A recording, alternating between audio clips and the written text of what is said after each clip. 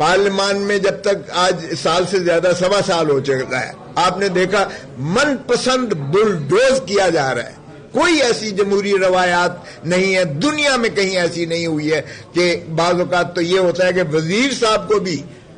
Law minister کو نہیں پتا ہوتا کہ کون سا قانون دے رہا ہے، کیونکہ وہ کہیں اور سے بن کے آیا ہوتا ہے اور 5 سال ایکسٹینشن ہو جاتی ہے. تو ایسی فسائیت جو آج برپا ہے اس میں،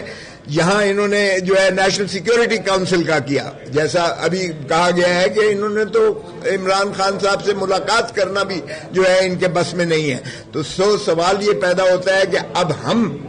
کارکنان کو جس طرح سے شہید کیا جا رہا ہے، جس طرح سے قتل و غارت گری ہے، اور اس کی بنیادی وجہ یہ ہے کہ یہ کمپلیٹ انٹیلیجنس فیلیور ہے، اور اسٹیبلشمنٹ نے جو اپنا کام تھا حفاظت کا، بارڈرز کی حفاظت کا، اپنے جو ہے ملک کے باسیوں کی حفاظت کا، وہ انہوں نے اپنا ذمہ داری کو ترک کر کے انہوں نے ایک ہی مشن جو ہے شروع کر دیا کہ پاکستان تحریک انصاف کے عمران خان کو کیسے بابا سلاسل رکھنا ہے، اور اس کی جماعت کے قائدین کو کیسے جو ہے ان کو جیلوں میں ٹھوسنا ہے، اور کیسے چادر اور چار دیواری پامال کر کے ہمارے MNAs, MPAs اور سینیٹرز کو توڑنا ہے، اور کس طرح سے 26ویں ترمیم جو ہے آئینی ترمیم کروانی ہے، اور کس طرح سے ہمیں جلسے اور جلوسوں سے مانے رکھنا ہے تاکہ ہماری رسائی جو ہے عوام تک نہ ہو سکے.